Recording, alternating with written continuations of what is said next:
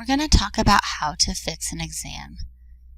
If you do an exam and you're missing the patient ID, patient name, or accession number, all hope is not lost. All you have to do is remember that you did the exam. For example, let's click on this exam. To get into it, we're going to click on the date. And we see, yep, that's definitely my cardiac exam. I need to fix it. So to fix the patient ID, we're going to go back to the main screen. Sometimes you can't edit these fields, and the reason why is the exam has been marked complete or locked out. To fix that, all you have to do is email the ultrasound faculty, tell us the date and time the exam was done, and we'll unlock it. To fix your exam, instead of EDU, you would type in your patient's medical record number. When you do that, the name will auto-populate. To get the accession number, we're going to go into IHIS. Now for this, we're only in a test version of IHIS.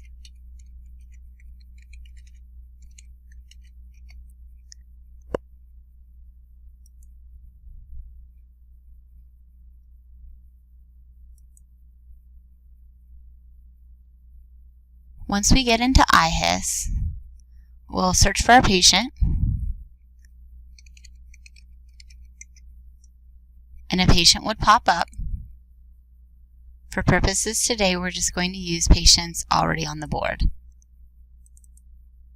You'll get into your patient's chart, click Chart Review, and then we're going to click Imaging. Now, unfortunately, this patient hasn't had any. So say you saw your image there and it said that this order was canceled. That sometimes happens when our patients go upstairs. You would type in ED ultrasound cardiac, since that's what we had. Click on it. Put in your reason.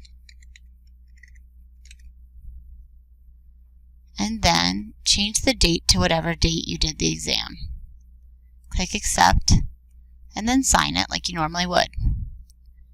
Now, when we go back to Chart Review, Imaging, we're going to hit Refresh, and there our order is. We're going to click on our order, and note that there's an order number. This will be the same as your accession number. You're going to copy this, and then go back to QPATH, and place it right there. Now your exam is complete. It has an MRN, a patient name, an accession number, your name, and an attending name. So you can go into the chart,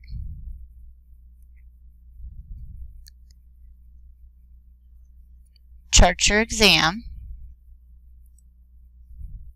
make sure it's marked either educational or billable, and then submit for QA, selecting your attending, and sending them a report. This will let the attending know that the chart is ready to sign.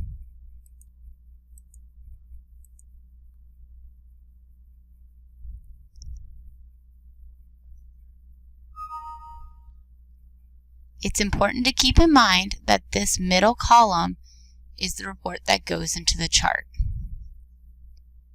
This is important because this is not a place for commentary, things like sorry Cray and Dave, or any other subjective information. This is merely your interpretation of the ultrasound exam.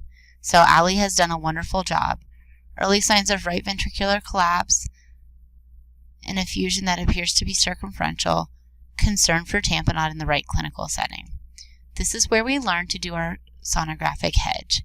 For example, if you weren't sure that this was truly a pericardial effusion, you could say that there was an anechoic collection just anterior to the right ventricle and some mobility of the right ventricular wall. You're saying the same thing, you're just describing it rather than naming it. Same thing for here.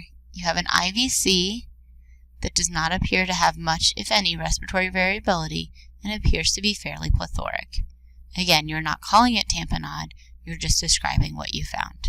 We hope this helps, and if you have any further questions, never hesitate to contact the ultrasound team.